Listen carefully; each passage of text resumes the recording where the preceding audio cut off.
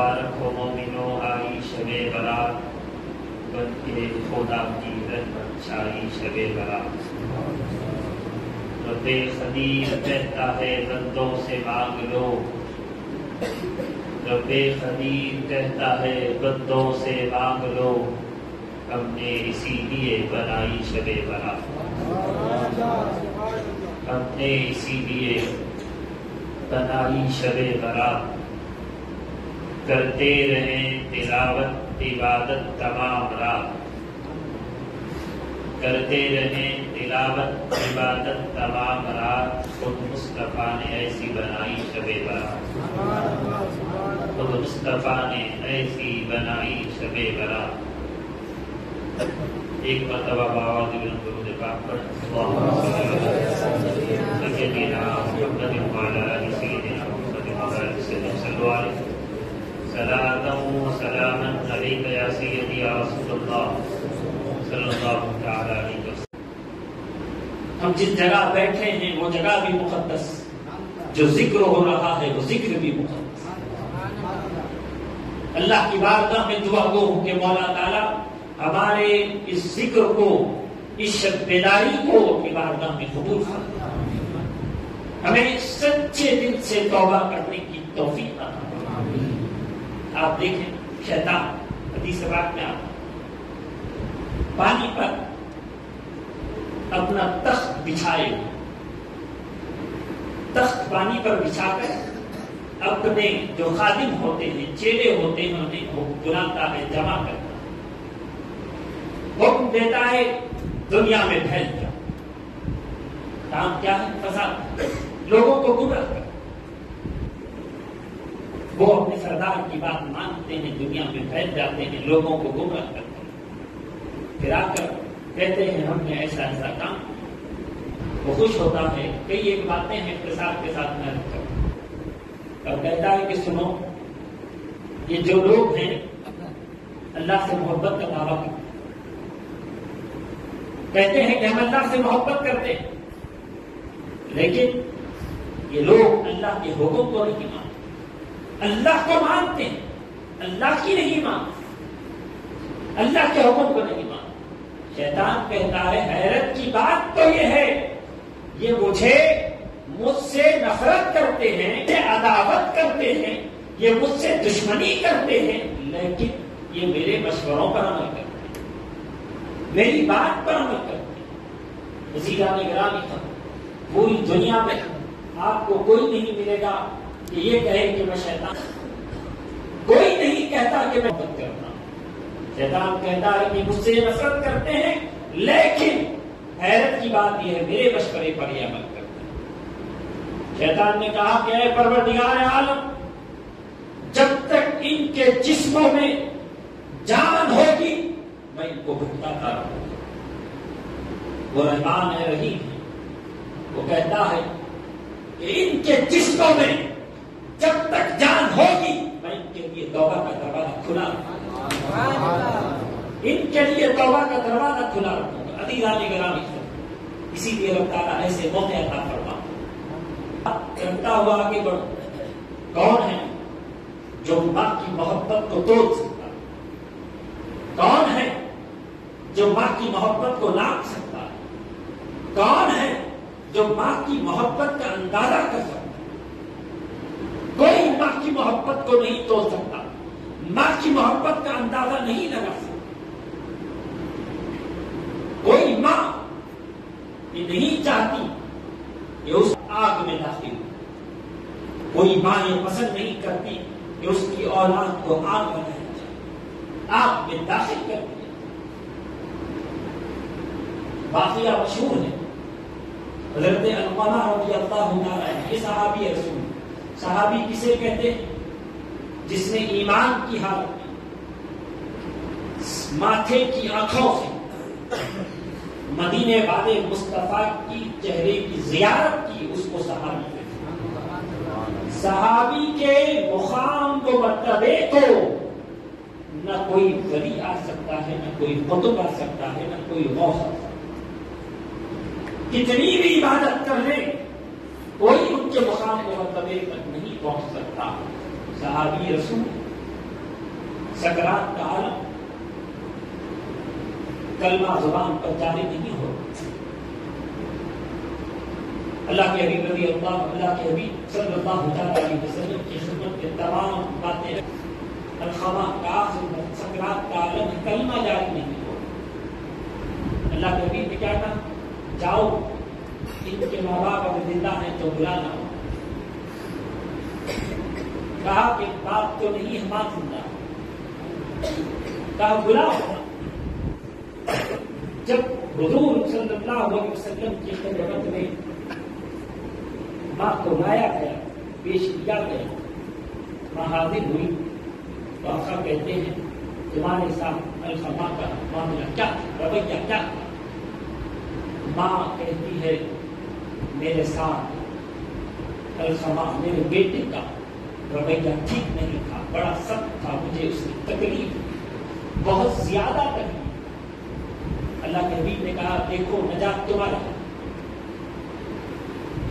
معاف کرو گی تو کلمہ زبان پر جاری ہو، اگر تم معاف نہیں کرو گی کلمہ جاری نہیں ہوگا. ماں کو تکلیف پہنچی تھی، ماں نے کہا نہیں میں معاف نہیں کروں، میں معاف نہیں کروں گی.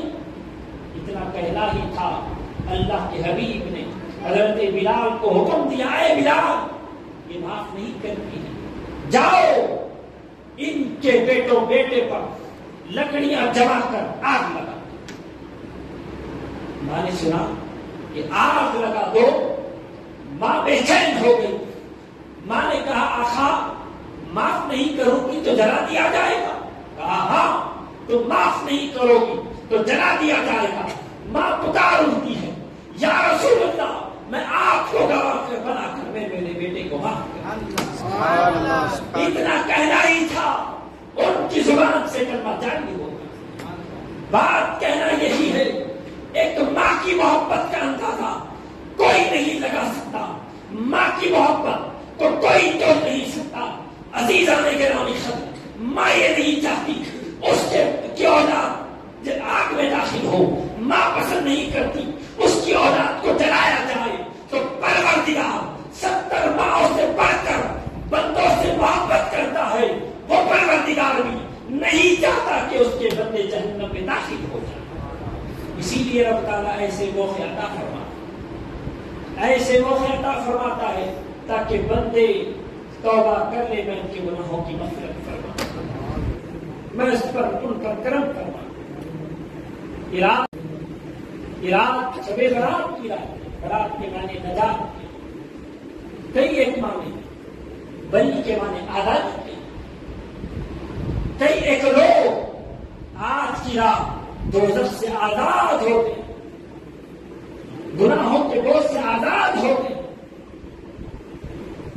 عزیزان گرامی مشکات شریف کو اٹھائیں، ابن ماجہ کو اٹھائیں، کئی ایک حدیث کو اٹھائیں، آپ کو یہ بات ملے. اللہ کے حبیب فرماتے ہیں شعبان کی 15ویں رات اللہ سبحانہ و تعالی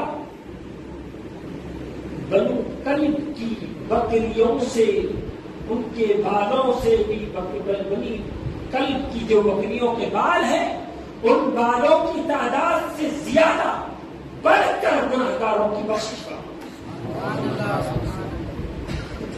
بعض لوگ اپنے آپ کو اہل حدیث کہتے ہیں، پھر یہ کہتے ہیں کہ شب برات کے تعلق سے، شب برات کے بارے میں کہتے ہیں کوئی صحیح حدیث موجود نہیں. بعض لوگ اس کے تعلق سے انکار ہی کرتے ہیں. حدیث جن کو اپنا بڑا محقق مانتے ہیں، جماعت اہل حدیث جن کے تعلق سے یہ کہتے ہیں کہ انہوں نے حدیث کا بہت ریسرچ کیا. نام ہے ناصر الدین البانی. ناصر الدین البانی کی کتاب سلسلۃ الاحادیث الصحیحہ، اس کتاب کے اندر انہوں نے اس بات کو نوٹ کیا ہے، اس حدیث کو دخل کر کے لکھا ہے ھذا حدیث صحیح، یہ حدیث صحیح ہے. کہ رب تعالیٰ شب برات کی رات گناہگاروں کو بخش عطا فرمائے۔ میں کہتا ہوں سنو، ہمارے محقق کی نہیں مانتے، ہمارے محقق کی بات کو نہیں مانتے تو تم اپنے محقق کی کتاب کو پڑھ لو، اپنے محقق کی کتاب سلسلۃ الاحادیث الصحیحہ کو پڑھ لو۔ انہوں نے کہا ہے کہ یہ حدیث صحیح ہے۔ میں اپنے محقق کی کتاب کا حوالہ نہیں دے رہا ہوں، ان کے محقق جن کے تعلق سے وہ کہتے ہیں انہوں نے حدیث پر بہت ریسرچ کیا ہے کی کتاب کا حوالہ دے رہا ہوں۔ انہوں نے کہا ھذا حدیث صحیح، یہ حدیث کہ اللہ سبحانہ و تعالی آج کی رات گناہگاروں کو بخش عطا فرمائے۔ رحمتوں مغفرت کی رات ہے، رحمت والی رات، یہ رات رحمت والی رات۔ اس رات کو رب تعالی رحمت کے 300 دروازے کھول دے۔ رحمت کا ایک قطرہ ہی کافی ہے، لیکن 300 دروازے رحمت کے اللہ سبحانہ و تعالی کھول دیتا۔ اس کا مطلب یہ ہے اس رات رحمت تقسیم نہیں ہوگی، رحمت لٹائی جائے۔ اس رات رحمت نازل نہیں ہوتی بلکہ رحمت کی موسلادھار بارش نازل ہوتی۔ بارش کے کئی ایک نام ہیں، بوندا باندی کچھ اور ہے، رم جھم کچھ اور ہے، موسلادھار کچھ اور ہے۔ اس رات رحمت کی موسلادھار بارش نازل ہوتی ہے۔ جب موسلادھار تیز بارش رحمت کی نازل ہو جائے ہم اس میں دامن پھیلائیں گے تو کیا محروم رہیں گے؟ ہرگز محروم نہیں۔ عزیزان گرامی، اس رات کا ایک معنی لیلۃ الصدق ہے، یعنی اس کا مطلب کیا ہے؟ دستاویز۔ اس رات سال بھر کے جو معاملات ہونے والے ہیں، کون امیر ہونے والا ہے، غریب ہونے والا ہے، کون آنے والا ہے، کون جانے والا ہے، جو سارے معاملات ہوتے ہیں، آج کی رات تقدیر کا وہ نوشتہ فرشتوں کے ہاتھوں میں عطا کیا جاتا ہے۔ پروردگار فرشتوں کو عطا فرماتا ہے۔ جس رات تقدیر کا وہ نوشتہ فرشتوں کو عطا کیا جا رہا ہو، کیا ہم اس رات غفلت میں گزارنا صحیح ہوگا؟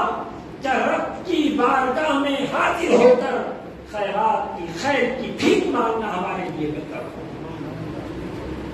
خیر کی بھیک مانگنا ہمارے لیے بہتر ہوگا۔ عزیزان گرامی، اللہ کا شکر ہے کہ اس نے ہمیں توفیق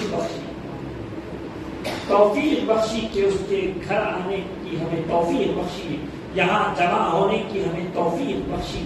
عزیزان گرامی، کوئی ہمارے گھر کوئی آئے تو ہم اپنی طاقت کے مطابق ان کی مہمان نوازی کرتے ہوئے نظر آتے ہیں، لیکن ہم آج جس کے گھر آئے ہیں وہ گھر خالق کائنات کا ہے۔ اس کے گھر میں آئیں گے تو اس کے خزانوں میں کوئی کمی نہیں ہے، وہ اپنی شان کے مطابق مہمان نوازی فرماتا ہے۔ یقین کے ساتھ آپ بیٹھے رہیں، ہم یہاں سے جائیں گے تو خالی ہاتھ نہیں جائیں گے۔ اس لیے خالی ہاتھ اگر اسے لوٹانا ہوتا تو ہمیں آنے کی توفیق ہی نہیں ہے۔ رب تعالیٰ کچھ عطا کرنا چاہتا ہے، اسی لیے آج یہاں آنے کی توفیق عطا فرمائی، اسی لیے آنے کی توفیق عطا فرمائی۔ بلایا ہے تو یقیناً وہ کچھ عطا کرنے کا، محروم نہیں جائے، کوئی محروم نہیں جائے گا۔ عزیزان گرامی، ایک اور بات ہمیں چاہیے، سچے دل سے ہم توبہ کریں اللہ کی بارگاہ، سچے دل سے توبہ کریں تو یقیناً اللہ تعالیٰ ہم پر کرم فرمائے گا، ہمارے گناہوں کی مغفرت فرمائے گا۔ میری نظروں کے سامنے کئی ایک عمر کے لوگ بیٹھے ہوئے ہیں، کوئی 15 سال کا ہے، 20 سال کا ہے، 25 سال کا ہے، 30 سال کا ہے، 50 سال کا ہے، 60 سال کا ہے۔ کئی ایک عمر کے لوگ بیٹھے ہوئے ہیں، ایک عرصہ دنیا میں رہے ہیں، زندگی بسر کی۔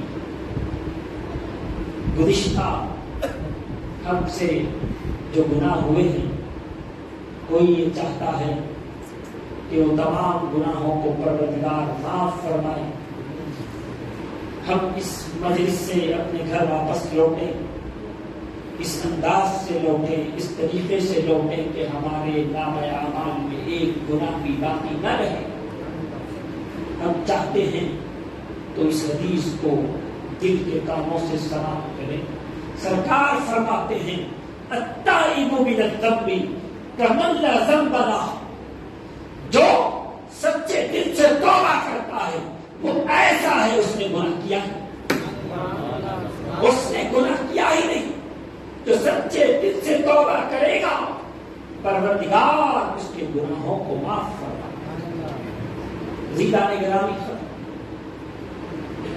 توبہ کرنے سے گناہ معاف ہو جاتے، رب تعالیٰ گناہوں کی مغفرت فرماتا، یہی بہت بڑا اس کا فضل تھا ہمارے۔ لیکن رب تعالیٰ صرف گناہوں کو معاف نہیں فرماتا بلکہ گناہوں کو نیکیوں میں تبدیل کر، گناہوں کو نیکیوں میں تبدیل کر۔ عزیزان گرامی، بات سمجھ میں آئے تو بلند آواز سے سبحان اللہ۔ یہی ہمارے لیے بہتر، یہی اس کا بڑا فضل۔ توبہ کی جائے تو گناہوں کی مغفرت کر دے، لیکن صرف گناہوں کی مغفرت نہیں فرماتا بلکہ گناہوں کو نیکیوں میں تبدیل کر دے۔ عزیزان گرامی، اس سے اندازہ ہوتا ہے کہ توبہ کیسی عظیم عبادت ہے، توبہ کیسی عظیم چیز ہے۔ گناہوں کو نیکیوں میں پروردگار تبدیل کرنا۔ دو باتیں، دو فضیلتیں آپ نے سوال کی، تیسری فضیلت ان دونوں فضیلتوں سے اعلیٰ ہے۔ تیسری فضیلت بتا کر میں اپنی بات کو سمیٹ رہا ہوں۔ تیسری فضیلت کیا ہے؟ بندہ جب سچے دل سے اللہ کی بارگاہ میں رجوع ہو کر، اپنے گناہوں پر نادم ہو کر، اپنے گناہوں کا اظہار کر کر رب سے یہ وعدہ کرتا ہے میں سچے دل سے گناہوں سے توبہ کرتا ہوں، آئندہ مجھ سے یہ گناہ نہیں ہوگے، مجھ سے کسی کو تکلیف نہیں پہنچے گی، مجھ سے کسی کو تکلیف نہیں پہنچے گی، میری ذات سے میں کسی پر ظلم نہیں کروں گا۔ رب سے وعدہ کرے، سچے دل سے توبہ کی مانگے، توبہ کی بھیک مانگے، گناہوں کی مغفرت کی بھیک مانگے۔ جب بندہ رب کی بارگاہ میں رجوع ہو کر صدق دل سے، سچے دل سے توبہ کرتا ہے تو وہی بندہ توبہ کرنے سے پہلے مجرم تھا، توبہ کرنے سے پہلے بدکار تھا، توبہ کرنے سے پہلے گنہگار تھا، توبہ کرنے سے پہلے سیاہکار تھا۔ اب اس نے توبہ کی تو پروردگار اس کو اپنا محبوب بنا۔ ان اللہ یحب التوابین، پروردگار توبہ کرنے والے سے محبت کرتا ہے، اس کو اپنا محبوب بنا لیتا ہے۔ کتنا اعلیٰ مقام ہوگا اس بندے کا جس کو خدا اپنا محبوب بنا لے، جس سے خدا محبت کرنے لگے۔